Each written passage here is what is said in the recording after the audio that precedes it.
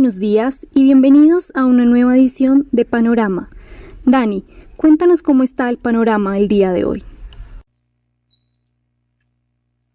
Muy buenos días, Sharon. El panorama del día es lluvioso. Hace algunos momentos estaba tranquilo. Aún no hemos identificado la razón que ha generado una caída del 0.5% tanto en Europa como en futuros de Estados Unidos y de 2 puntos básicos adicionales en los títulos del Tesoro de Estados Unidos y en los Bunds alemanes.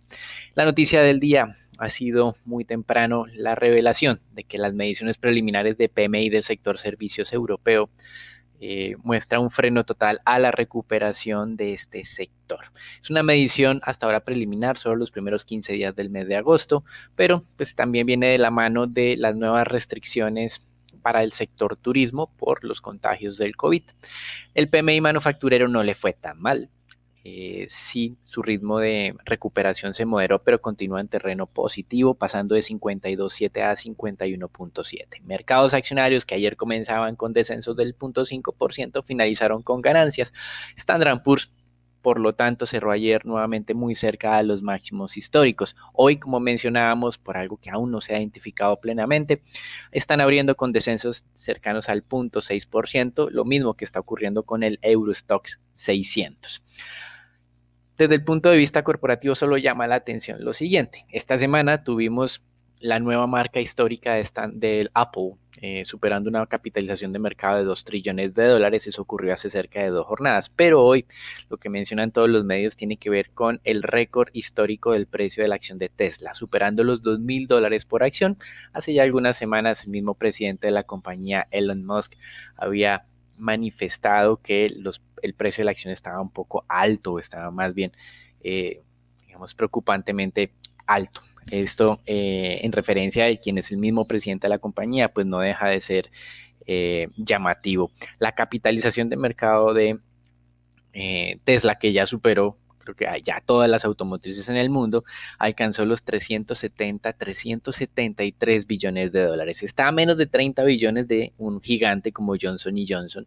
Tiene la misma capitalización de mercado de una compañía tan tradicional como Walmart y supera en cerca de 30 billones a Procter & Gamble, 70 billones a Home Depot, 75 billones a un icono del sector financiero como JP Morgan y 140 billones más que Disney, que obviamente pues no necesita presentación.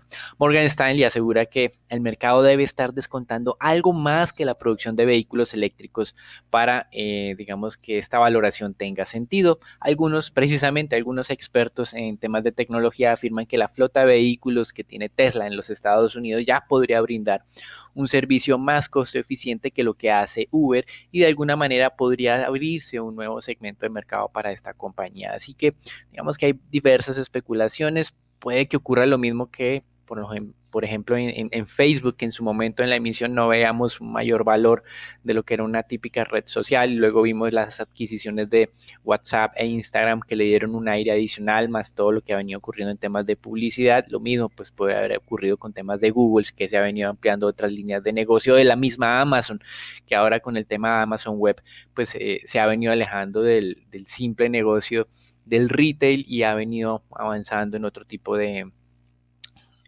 industrias que de alguna manera pues ha validado también pues esa capitalización de más del trillón de dólares para esta compañía. Así que puede estar ocurriendo lo mismo en el caso de Tesla, que no estemos viendo cuál puede ser el nuevo segmento de mercado diferente a vehículos eléctricos y de alguna manera el mercado en su sabiduría nos está anticipando esta noticia. Con respecto a temas de divisas, vemos que el día de hoy el dólar abre fuerte, pues en Europa tuvimos esas malas noticias del PMI, más unas referencias de que la negociación del Brexit no va por buen camino.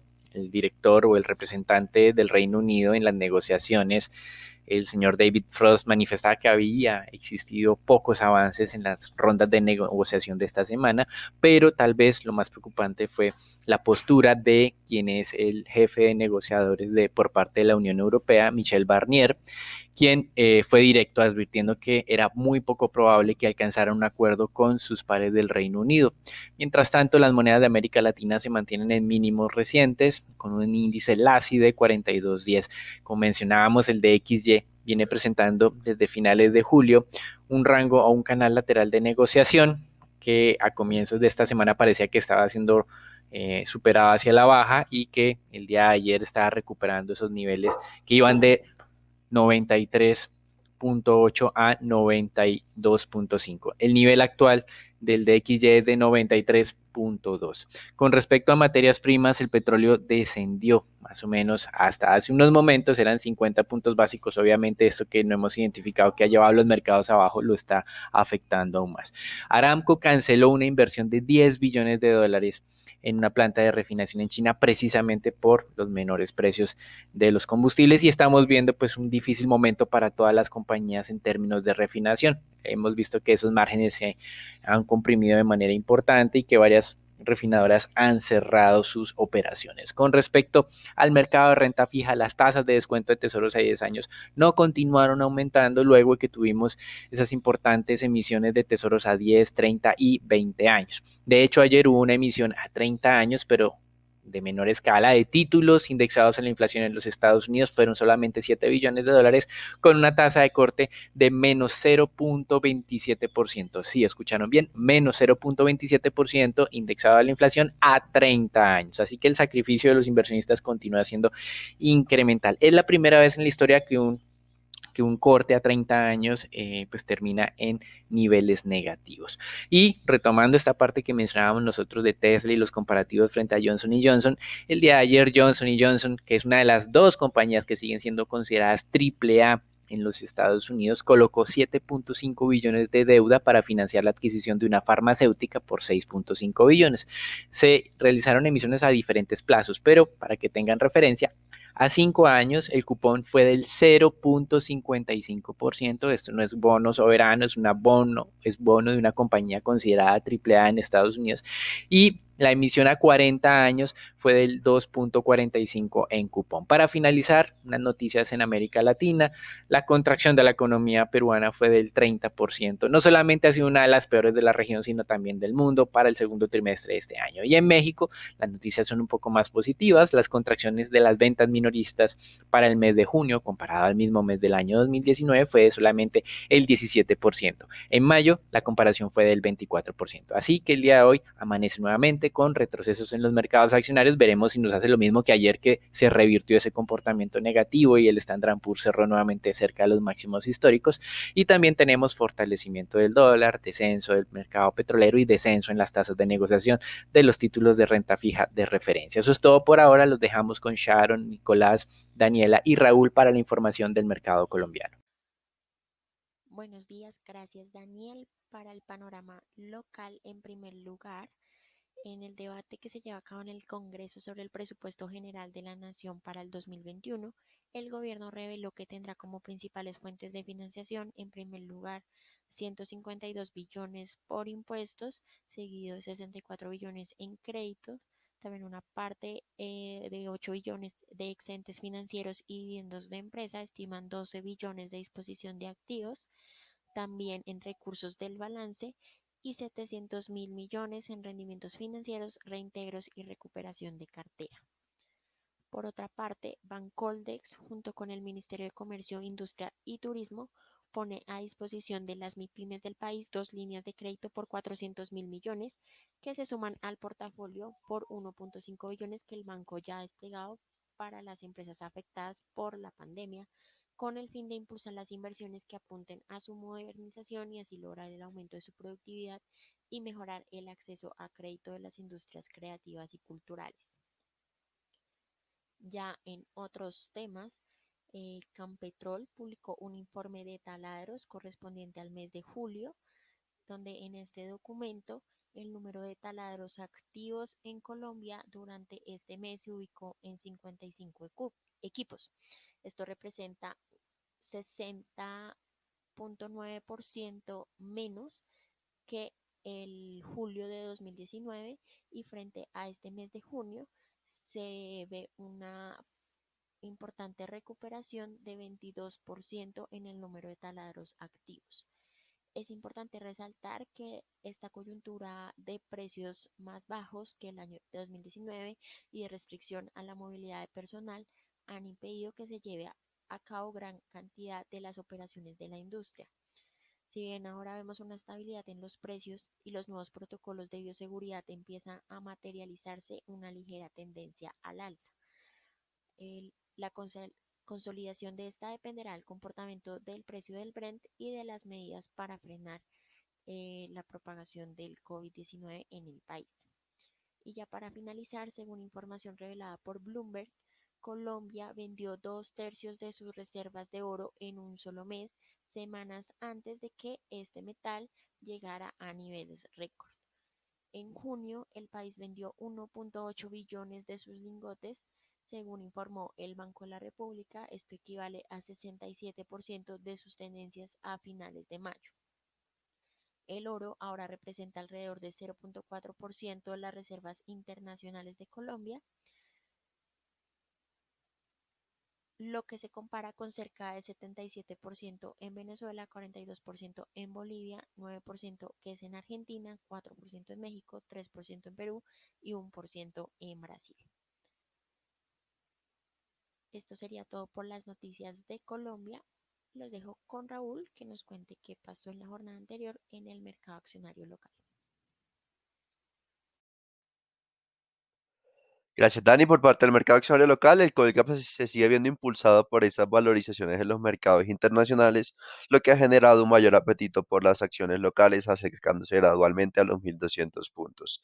El volumen negociado también se reactivó un poco, se negociaron 142.000 millones de pesos, donde la especie más transada fue el ETF H Colcel con 28.000 millones, la más valorizada fue Bianca, que muestra una leve recuperación del 8%, y la más desvalorizada fue con Concreto con un 2% de caídas. El día de hoy el índice colombiano podría mostrar un leve descanso y posibles retrocesos ante un panorama parcialmente lluvioso. Por el lado de noticias, el alcalde de Medellín, Daniel Quintero, le pidió al gerente de EPM, Álvaro Guillermo Rendón, que ponga sobre la mesa en la próxima junta de la compañía si se continúa como tal con la demanda interpuesta contra el consorcio constructor de Hidroituango. Por otra parte, los resultados del Grupo Energía Bogotá del segundo trimestre del año los consideramos como neutrales, donde a pesar de una menor demanda en diferentes segmentos, se vio compensado por mayores eficiencias y la devaluación de la tasa de cambio, dejando como tal ver los atributos defensivos de la compañía al participar en negocios mucho más estables a pesar de la reducción de la demanda en épocas de pandemia. Los ingresos operacionales de la compañía se mantuvieron relativamente estables, tan solo se contrayeron el 2% año a año, donde el segmento más afectado fue el de gas natural con una reducción del 26% en términos anuales. Sin embargo, eso se vio contrarrestado por un crecimiento del 18,7%, principalmente en transmisión y también 5,3% de transporte de gas.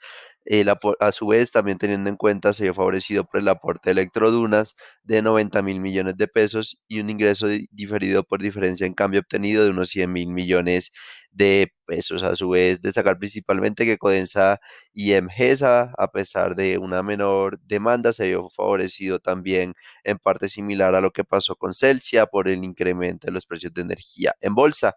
El volumen de la distribución de la compañía cayó un 11% año a año, viéndose afectado por medidas restrictivas tomadas en Perú, donde la demanda se vio afectada. Los ingresos ajustados presentaron una reducción del 19% año a año, sin embargo, el EBITDA de la compañía se contrajo solo un 10% en términos anuales. Finalmente, la utilidad neta se expande cerca de 3% en términos anuales, favorecido principalmente también por un método de participación y la devaluación de la tasa de cambio. Por otra parte, la acción de Cementos Argos siguió ganando valor el día de ayer, confirmando la ruptura del Fibonacci del 38,2%, nivel que estaba cerca a los 4.300 pesos y registrando un nuevo máximo desde los retrocesos por la pandemia. Lo anterior le daría un poco mayor de espacio de valorización hasta el siguiente nivel de Fibonacci, que estaría cerca al 4.875 pesos, favorecido también por una mayor reactivación del sector constructor, donde noticia positiva a destacar, principalmente la aprobación de la financiación del Metro de Bogotá y como tal el acta estaría antes del 23 de septiembre del presente año, lo cual seguiría dando una mayor dinámica al sector cementero en Colombia. Bueno, Nico, cuéntanos cómo amanece el dólar el día de hoy. Buenos días, Raúl. Muchas gracias. Soy Nicolás de Francisco y vamos a hablar del dólar. En la jornada de ayer, la divisa tuvo un volumen transado de 885 millones de dólares, un incremento superior al 16% con la jornada inmediatamente anterior. Durante la jornada, el precio tuvo una devaluación de 124 puntos básicos para ubicarse en una tasa de cierre del 3.804 pesos. Durante la jornada, el precio medio fue de 3.792 pesos con 20 centavos, el mínimo obtenido fue de 3.781 pesos y el máximo de 3.805 pesos. Para el día de hoy, esperamos que el dólar tenga unos soportes hacia los 3.780 y 3.770 pesos y unas resistencias entre los 3.810 y 3.820 pesos. Los dejo con los temas de renta fija. Gracias, Nico. Te cuento que fue una jornada calmada para la curva TES tasa fija, que no presentó mayores movimientos y se valorizó cerca de 0.4 puntos básicos, siendo los 32 la única referencia que tuvo una variación significativa de cerca de 3 puntos básicos. Por su lado, los TES VR presentaron desvalorizaciones generalizadas de aproximadamente 4 básicos, con las mayores variaciones observadas en el segmento corto y medio de la curva, siendo los 25 los que más ganaron valor, cerca de 10 básicos. En los test del 24 se desvalorizaron levemente, aunque mantienen un comportamiento lateral durante toda esta semana, cerraron en 3.64%, mientras que los 28 se mantuvieron hilanterados en 5.17%. Por el lado de corporativa, repunte en el volumen negociado a través del sistema transaccional. Se negociaron 26.000 millones, que es un volumen que no se veía aproximadamente en un mes, y por registro se operaron 447.000 millones, que sí es un volumen por debajo del promedio. Lo más transado fue tasa fija del 22, IPC del 23 e IPC del 24, y continuamos viendo movimientos en las referencias en IBR, que es un mercado, recordemos, estaba bastante quieto por la falta de liquidez, pero que ha ganado algo de tracción tras este mayor apetito por estos títulos, dada los diferenciales en los márgenes entre valoración y las reales tasas de negociación. Por el lado de noticias, el día de ayer, el Banco Occidente colocó 350.000 millones de pesos en bonos ordinarios, recibiendo ofertas por aproximadamente 1.2 billones de pesos, una sobredemanda de 3.31 veces. Como es usual en este emisor, siempre se genera bastante apetito por estos bonos. Los IBRs a 3 años cortaron a una tasa de 1.37%, mientras que los IPCs a 6 años cortaron en 2.37% y los IPCs a 12 años a 3.30%. Gracias por escucharnos y no olvides conectarte a diario para conocer el panorama del mercado. Buen día y hasta la próxima.